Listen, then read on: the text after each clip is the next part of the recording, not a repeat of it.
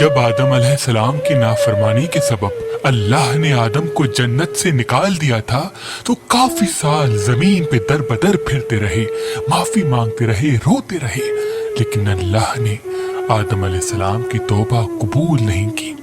تاریخ نے لکھا آدم علیہ السلام اتنا روتے تھے کہ آسمان میں اڑتے ہوئے پرندے بھی آدم علیہ السلام کی آواز سن کے غم زدہ ہو جاتے تھے۔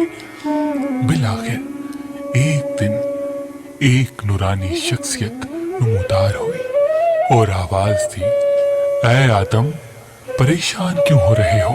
کیا تم یہ چاہتے ہو کہ تمہاری توبہ قبول ہو؟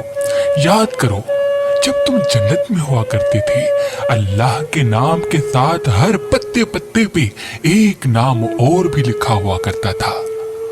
آدم علیہ السلام نے کہا، ہاں، جہاں جہاں لا الہ الا اللہ لکھا ہوا تھا وہاں محمد رسول اللہ بھی لکھا ہوا تھا۔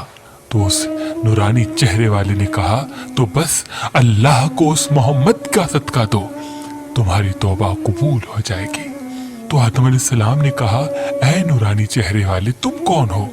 تو فرمایا، میں اسی محمد مصطفیٰ صلی اللہ علیہ وآلہ وسلم کا وصی علی ابن ابی طالب ہوں، اور ہم پنجتن پاک کے صدقے ہی یہ جہان اللہ نے بنایا۔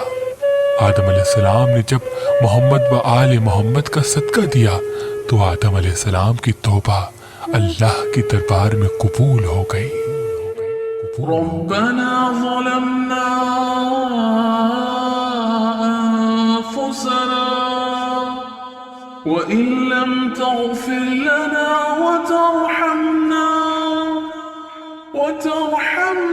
لنكون